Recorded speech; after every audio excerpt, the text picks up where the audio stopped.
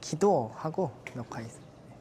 기도하고 시작하겠습니다. 하나님 아버지, 8월 성경 공부를 같이 합니다. 하나님, 지혜 허락하여 주시고 이 말씀 같이 공부할 때에 우리가 말씀을 조금 더 명확하게 깊게 깨달을 수 있는 눈도 허락하여 주셔서 말씀이 우리 안에 자리 잡게 하시고 자라나게 하시고, 또 하나님이 말씀하실 때 주님이 기꺼이 우리 속에서 여러 가지 많은 것들을 더 풍성하게 이야기할 수 있도록 우리에게 지혜를 허락하여 주시옵소서. 무엇보다도 이 말씀이 아이들에게 양분이 되고 아이들에게 전해지는 아주 조그만 겨자씨라도 되길 원합니다. 주님, 저희가 이 말씀을 먼저 먹으니 이 아이들에게 흘러갈 수 있도록 인도하여 주시옵소서. 감사드리며 예수님의 이름으로 기도드렸습니다. 아멘. 자, 8월 성경 공부인데요. 말씀하신 것처럼 8월 둘째 주는 이제 다른 목사님께서 대체해 주시니까 넘어가도록 하겠습니다. 그래서 8월 첫째 주, 셋째 주, 넷째 주, 다섯째 주를 할 거고요. 보시면 아시는 것처럼 제목을 보시면 부르심이 핵심입니다. 부르심이 핵심이에요. 부르심이 핵심이고, 그러면서 각각의 선지자들이나 혹은 포로기의 상황들을 조금 다뤄보려고 하는 게 8월 달의 핵심입니다. 수련회를 갔다 왔으니까 하나님이 아직도 너희를 부르신다는 걸 계속 이어가려고 하는 이제 무드가 있습니다.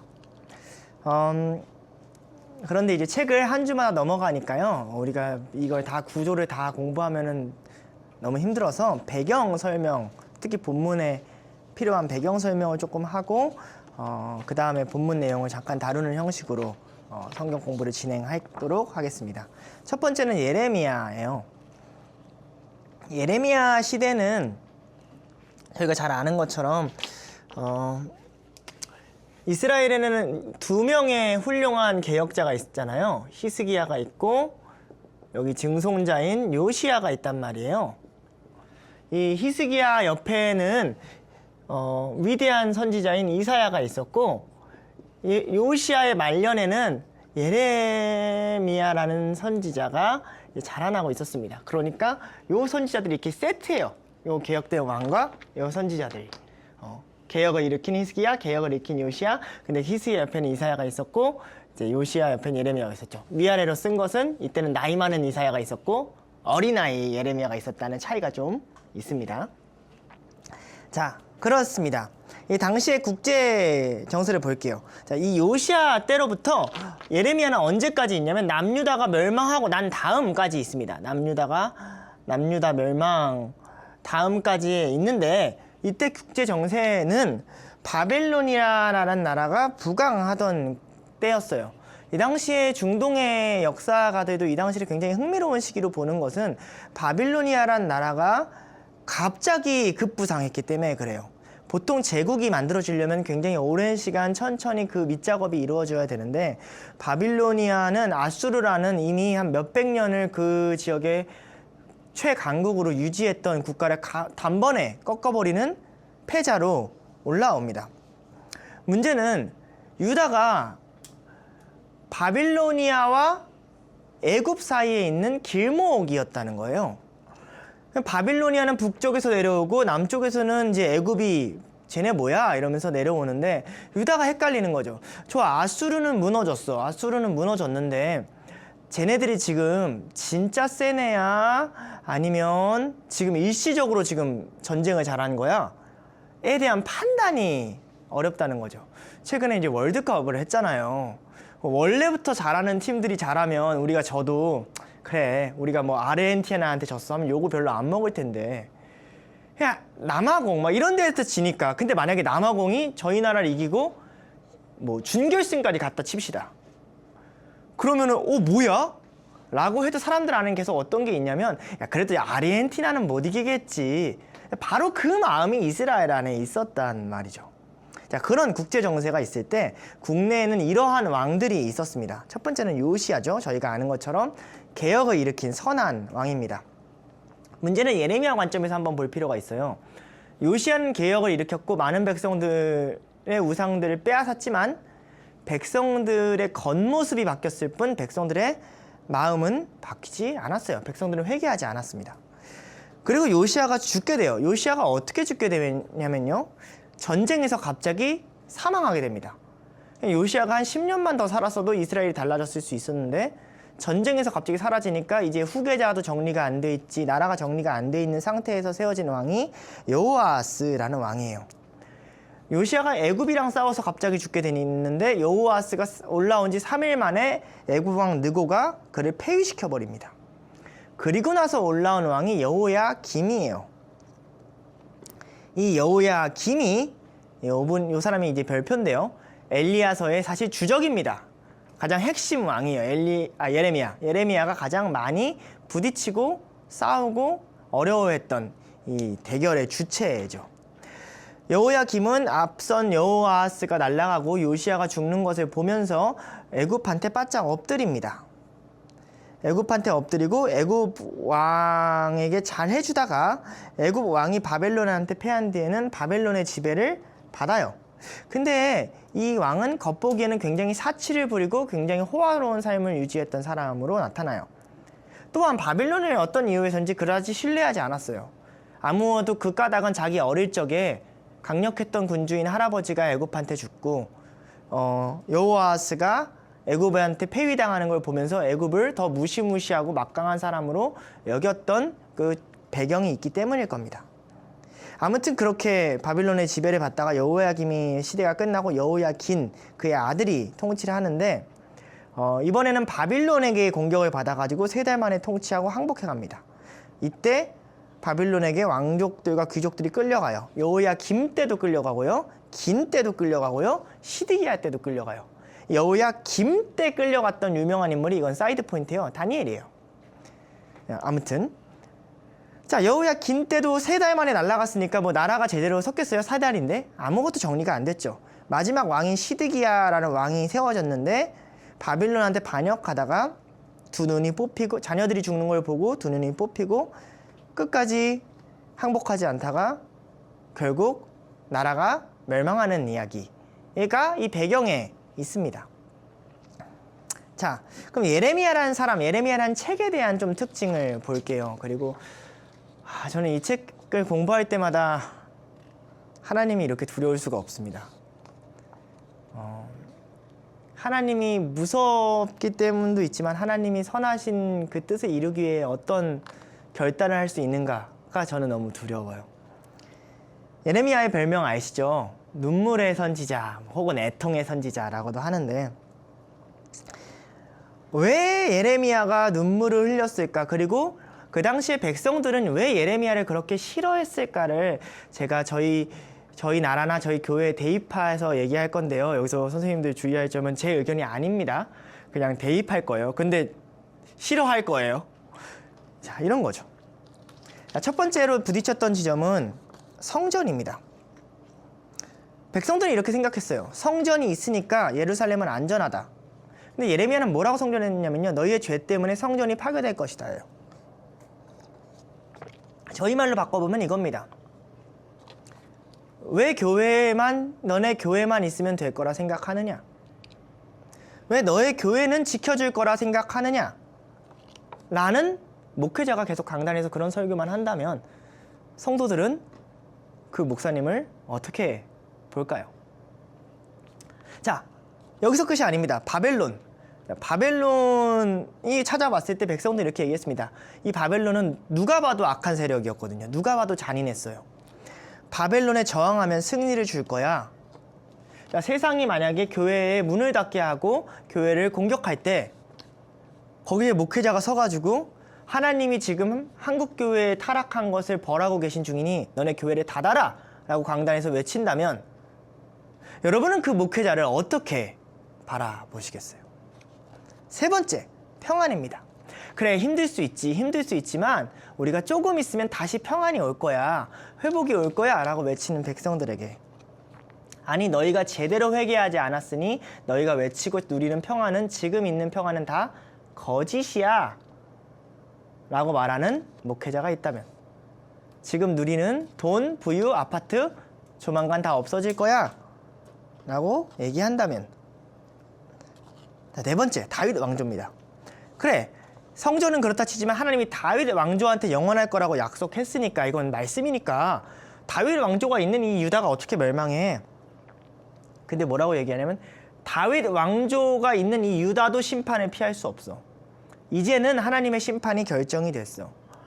이 순교자의 피가 흘린 대한민국을 하나님이 어떻게 멸시해? 순교자의 피가 흘린 것보다 너희의 죄악이 더 덮었어. 라고 계속 강단에서 매주 이야기하는, 벌써 이런 목회자가 있다면 설교를 듣기 싫지 않겠어요? 예배. 그래도 우리가 예배를 드리고 예배가 잘 진행이 되고 찬양대도 다 모이고 하니까 문제가 없지 않느냐? 라고 했을 때 너희들이 그럼 강단에서 선포된 말씀을 얼마나 순종했느냐? 순종하지 않았으니까 너희가 아무리 예배를 잘 드려도 문제다 라고 외쳤던 게 예레미야서의 고백이에요.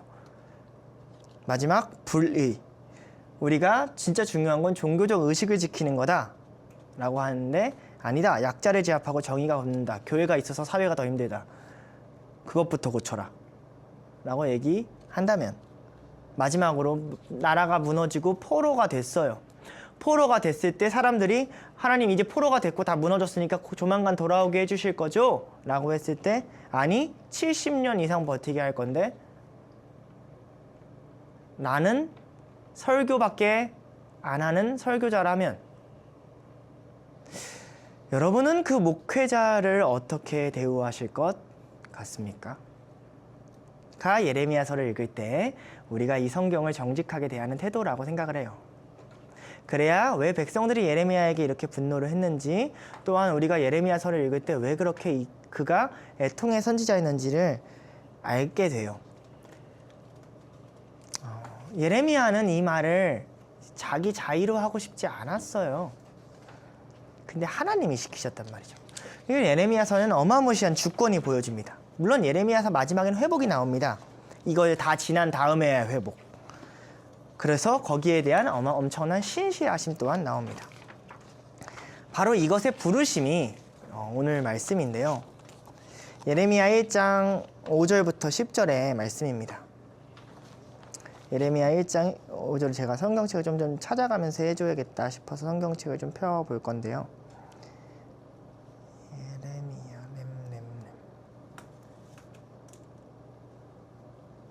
네, 잠시만요.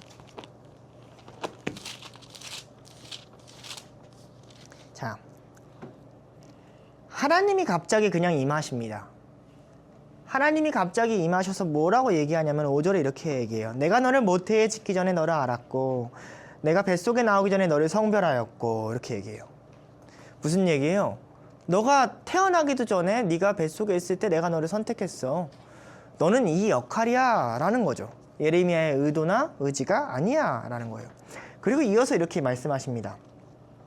내가 너를 여러 나라의 선지자로 세웠노라. 그리고 너가 해야 되는 건 그 자신 혹은 너가 사랑하는 예루살렘뿐만 아니라 많은 나라들에 대한 선포를 이제 너가 해야 돼. 이 얘기를 딱 듣자 예레미야가 하나님 앞에 어떤 이야기를 전할지도 알지 못한 채 예레미야가 이런 감정을 느낍니다. 6절이에요. 내가 이르되 슬프도소이다 주 여호와여 보소서 나는 아이라 말할 줄 알지 못하나이다. 자, 여기서 보면 요시야, 여호야스, 여호야김, 여호야긴, 시드기야, 멸망 이후까지 예레미야가 사역한 기간이 몰라도 엄청 길게 느껴지시죠? 그러면 이때 부르심을 받았을 때 예레미야 나이는 대충 몇 살이었을까요? 정확히 알 수 없습니다. 근데 아무리 많이 잡아도 20살이에요. 그러니까 우리 청소년부 같은 애한테 갑자기 어느 날 하나님이 나타나서 너 태어날 때부터 있는데 저 16살이 17살짜리가 뛰어다니면서 해야 된다는 말이 교회마다 가면서 교회 무너질 거예요. 당신들 예배만 잘 드려서는 안 돼요. 그 말씀에 순종한 적 없잖아요. 교회가 있어서 살아야 사회가 힘들잖아. 이 말을 하고 뛰어다니는 17, 18, 19, 20, 21, 22, 23살짜리가 점점 커간다면 그 아이는 사랑받겠습니까? 이게 예레미야라는 사람의 현실이에요. 자기가 슬픔을 느끼고 연약함을 느낍니다. 자기를 어린 아이라고 얘기를 해요. 부족하다고 얘기를 해요. 예레미야서의 부르심입니다. 제가 두려운 이유죠. 하나님이 이렇게 부르실 수도 있다. 타협 없이 부르실 수도 있다. 하나님이 어린아이라는 예레미야한테 이렇게 대답합니다. 이건 좀 뉘앙스를 살려야 되는데요. 호통이에요. 여호와께서 내게 이르시되 너는 아이라 말하지 말라. 내가 너를 누구에게 보내든지 가며 내가 너에게 무엇이든지 명령하든지 너는 말할지니라. 주님, 저는 약해요. 어린아이예요. 아니, 아이라 하지 마. 이런 부르심을 받는다면 그게 얼마나 무섭겠습니까? 주님, 저는 아브라함 같은 거 이런 거죠. 전 나이가 많다 얘기하지 마. 사라 이런 거죠. 저는 이미 출산하지 못한다 말하지 마. 입을 막아버리신 거예요. 너는 가라. 디모데전서에도 비슷한 개념이 나오죠. 네 염소함을 업신여기지 못하게 하라. 어린아이라고 말하지 말아라. 하나님이 뭘 보여주시냐면요, 선포자의 실력과 위치가 아니라 선포 그 자체에 능력이 있음을 보여주세요. 우리가 목사님들의 설교를 들을 때도 이 지점이 굉장히 중요합니다. 선포자에게 휘둘리기 시작하면 우리는 하나님의 선포 앞에 서지 못합니다. 예레미야가 어린아이고 이런 이야기를 해야 되는데 뭘 얼마나 처음부터 말을 잘했겠습니까? 근데 그 선포가 하나님의 말씀이기 때문에 능력이 있고 무시무시한 것이거든요. 이런 이야기를 어떻게 아름답게 꾸며서 잘 부드럽게 사람들한테 전달합니까? 불가능해요. 그런데 그냥 하라는 거죠. 누구에게든지 무엇이 되는지, 이게 선포하는 자들의 부르심입니다. 사역자들의 어려움이 이거예요. 주님, 저는 제가 청소년부 사역자로 합당한지 모르겠어요. 저도 그렇게 느낄 때가 있습니다. 내가 청소년부 사역자로 합당한 사람인가? 그건 하나님한테 하나도 안 중요해요. 내가 너를 누구에게 부르든지 어디에게 보내든지 어떤 때든지 가라. 이번 주 수요일 날 그걸 절실하게 느꼈습니다. 하나님, 저 아픈데요. 가라. 예, 알겠습니다. 이런 거죠. 왜요? 이게 하나님의 근거입니다. 8절 9절이에요. 너는 그들 때문에 두려워하지 말라. 내가 너와 함께하여 너를 구원하리라. 나 여호와의 말이니라 하시고. 자, 하나님이 예레미야가 처음부터 슬픈 이유와 두려운 이유를 명확하게 알고 있었어요. 하나님 앞에 섰을 때 누가 두려운 거예요? 그들이 두려운 거예요. 수련을 준비합니다. 제 안에도 두려움이 올라와요. 복음을 모르는 아이들, 알아야 되는 아이들, 이 아이들에게 하나님, 내가 복음을 전할 수 있을까요? 라는 두려움이 올라옵니다. 무서워요, 강단은. 그러나 하나님이 이렇게 말씀해 주시는 분임을 믿습니다. 그들 때문에 두려워하지 말라. 내가 너와 함께하여 너를 구원하리라. 나 여호와의 말이니라. 그리고 이렇게 얘기해요. 여호와께서 그의 손에 입을 내밀어 내 입에 대시며, 이렇게 손을 쑥 입에 대시는 거예요. 여호와께 이르시되 내가 내 말을 내 입에 두었노라. 나의 말을 두었다. 자꾸 강조하는 게 뭐냐면 너 말 아니야. 네 거 아니야. 네가 하고 싶은 말 하는 거 아니야. 나도 알아. 내 말이야. 내가 그냥 원하는 말을 해. 이게 예레미야가 받은 부르심입니다. 그래서 예레미야의 핵심이 이거예요. 그러면 하나님이 주시는 말이 뭔데요? 예레미야의 요약, 예레미야 하고자 하는 말 10절입니다. 보라, 내가 오늘 너를 여러 나라와 여러 왕국 위에 세워 내가 그것들을 뽑고 파괴하며 파멸하며 넘어뜨리고 건설하며 심게 하였느니라. 그죠? 파멸과 회복의 이야기. 뽑고 파괴하고 근데 앞에서 뽑고 파괴하고 파멸하며 넘어뜨리며가 4개고 건설하며 심다가 2개예요. 그러니까 파멸이 길어요? 심는 게 길어요? 예, 파멸 이야기가 월등히 길 것이다. 예레미야에서는 이 10절이 이제 재현되는 이야기예요. 끔찍한 이야기가 이제 벌어지는 거죠. 자, 이 부르심을 이야기할 거예요. 왜요? 십자가가 그렇듯이 하나님의 부르심에도 타협이 없습니다. 십자가의 길이 받는 입장에서는 행복한 거지만 걷는 입장에서는 얼마나 끔찍합니까? 그리스도인이 된다는 아이러니가 여기에 있지 않습니까? 그 십자가를 받을 때의 기쁨을 누리지만 받고 난 다음에 걸을 때의 두려움을 누리는 거 아닙니까? 타협이 없습니다. 하나님이 부르시고 이끄시는 길은 무너질 것이 무너지고 세워질 것이 세워지는 길입니다. 두렵고 떨리더라도 하나님 말씀을 선포하고 그 길 곁에 서는 것이 가장 명예롭고 안전하고 생명을 얻는 길이에요. 무슨 말을 하고 싶냐면요, 이 말씀을 통해서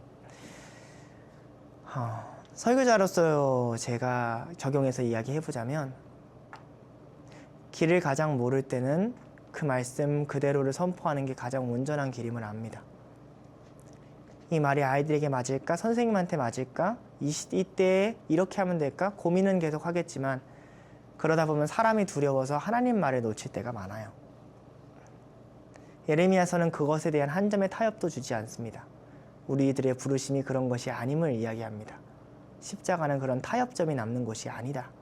그저 말씀대로 따라가는 것 그뿐이다. 라는 지점이 예레미야서의 적용입니다.